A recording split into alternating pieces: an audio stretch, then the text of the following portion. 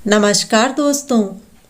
माघ महीने की कृष्ण पक्ष की अमावस्या की पवित्र तिथि पर मौन रह करके स्नान और दान करने का विशेष महत्व है। इसे मौनी अमावस्या कहते हैं। इस दिन शनिवार होने से यह शनिश्चरी अमावस्या भी है। माघ महीने की अमावस्या के दिन तीर्थ स्थान दान के लिए बहुत महत्वपूर्ण माना जाता है। मौनी अमावस्या को यदि सोमवार का योग हो तो इसका महत्व और भी बढ़ जाता है। इस दिन त्रिवेणी या गंगा तट पर स्नान और दान करने की अपार महिमा है।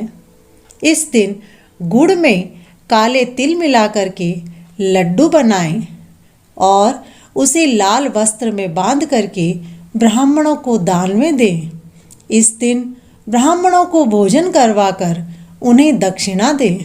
स्नान, दान आदि पुण्य कर्मों के अतिरिक्त इस दिन पितृ श्राद्ध करने का भी विधान है। आइए तो सुनते हैं मौनी अमावस्या की कथा। पूर्व काल में कांचीपुरी नगरी में एक ब्राह्मण रहते थे। ब्राह्मण का नाम देवस्वामी था और उनकी पत्नी का नाम धनवती था। उनके 7 बेटे और एक बेटी थी। उन्होंने बेटी का नाम गुणवती रखा और ब्राह्मण ने अपने 7 बेटों का विवाह कर दिया। बेटी जब सयानी हुई तो अपने सबसे बड़े बेटे को बहन के लिए वर ढूंढने को कहा।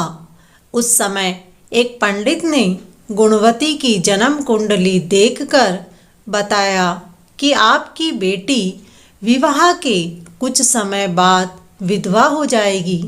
यह सुनकर ब्राह्मण देव ने पंडित जी से पूछा कि बेटी के इस वैधव्य दोष को दूर करने का कोई उपाय हो तो कृपा कर बताएं। जिस पर पंडित जी ने बताया कि यदि यह सोमा का पूजन करे तो वैधव्य के दोष दूर किया जा सकता है। ब्राह्मण के पूछने पर पंडित जी ने सोमा के बारे में बताया कि वह एक धोबन है। उनका निवास स्थान सिंघल द्वीप है। उन्हें पहले प्रसन्न करो और गुणवती के विवाह से पूर्व उन्हें यहाँ बुला लो। ब्राह्मण का सबसे छोटा बेटा बहन को अपने साथ लेकर सिंघल द्वीप जाने के लिए निकल गए। चिंता में दोनों एक वृक्ष की छाया में बैठ गए। उस वृक्ष पर एक घोंसले में गिद्ध का परिवार रहता था। उस समय घोंसले में सिर्फ गिद्ध के बच्चे थे। गिद्ध के बच्चे भाई बहन के क्रियाकलापों को देख रहे थे। शाम के समय गिद्ध के बच्चों की माँ आई तो उन्होंने भोजन नहीं किया।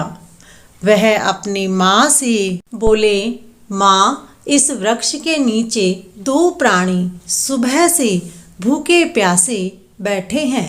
जब तक वे कुछ नहीं खा लेते तब तक हम सब कैसे खा सकते हैं। बच्चों की यह बात सुन गिद्ध माता दया और ममता से वशीभूत होकर उनके पास आई और बोली, मेरे बच्चों ने कहा कि आप दोनों ने कुछ भी नहीं खाया है। मैंने आपकी इच्छाओं को जान लिया है। आप भोजन कर लीजिए।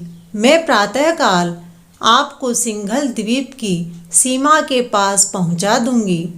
दोनों भाई बहन गिद्ध माता की सहायता से सोमा के यहाँ पहुंच गए। वे दोनों प्रातः उठकर सोमा का घर झाड़ कर लीप दिया करते थे। एक दिन सोमा ने अपनी बहुओं से पूछा कि हमारे घर को रोज कौन झाड़ता है। सास के पूछे जाने पर बहुओं ने कहा कि हम ही काम करती हैं। हमारे सिवा और कौन बाहर से इस काम को करने आएगा। लेकिन सोमा को उनकी बातों पर विश्वास नहीं हुआ। एक दिन इस रहस्य को जानने के लिए वह सारी रात सोई नहीं और सब कुछ प्रत्यक्ष देखकर जान गई। उसने उन दोनों भाई बहन के से बात की। भाई ने सोमा को बहन की कुंडली संबंधी सारी बात बता दी। सोमा दोनों भाई बहनों की सेवा से प्रसन्न होकर उचित समय पर उनके घर पहुंचने का वचन देकर कन्या के वैधव्य दोष निवारण का आश्वासन दिया। मगर भाई ने उससे अपने साथ चलने का आग्रह किया। आग्रह करने पर सोमा उनके साथ चल दी। चलते समय सोमा ने बहुओं से कहा कि मेरी अनुपस्थिति में यदि किसी का देहांत हो जाए तो उसके शरीर को मत जलाना, मेरा इंतजार करना। इसके बाद सोमा उन दोनों भाई बहन के साथ कांचीपुरी पहुंच गई, जिसके दूसरे दिन ही गुणवती के विवाह का कार्यक्रम शुरू हो गया। फेरे होते ही उसका पति मर गया। सोमा ने तुरंत अपने संचित पुण्यों का फल गुणवती को प्रदान कर दिया। तुरंत ही उसका पति जीवित हो उठा। सोमा उन्हें आशीर्वाद देकर अपने घर चली गई। उधर गुणवती को पुण्य फल देने से सोमा के पुत्र की मृत्यु हो गई। सोमा ने पुण्य फल फिर से संचित करने के लिए रास्ते में एक पीपल वृक्ष की छाया में भगवान श्री हरि विष्णु का पूजन किया और 108 परिक्रमाएं लगाई, जिसके पूर्ण होने पर सोमा का पुत्र जीवित हो गया।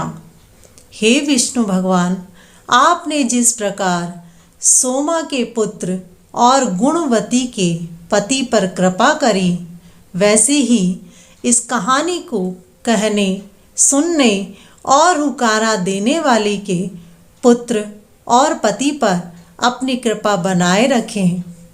दोस्तों, वीडियो आपको पसंद आया हो तो अपने परिवारजनों के साथ शेयर ज़रूर करें। वीडियो को लाइक करें। चैनल पर नए हैं तो चैनल को सब्सक्राइब करें। बोलिए विष्णु भगवान की जय।